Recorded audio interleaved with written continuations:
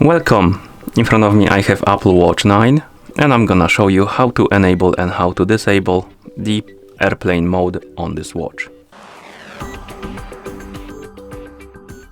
First thing we need to do is to wake up the screen on our watch. You can do it by pressing any of the buttons. After you wake up the screen, press the side button right here to open the controls center. Now scroll through the controls menu and find the icon that looks like this, like the airplane. This is the airplane mode icon, and if you want to enable the mode, tap on this icon. You will see the message airplane mode on, and the icon will change the color, and also the icon will appear right here at the top.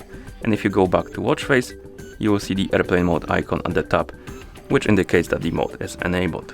And if you want to disable the mode, open the control center again, scroll down, tap on the airplane mode icon.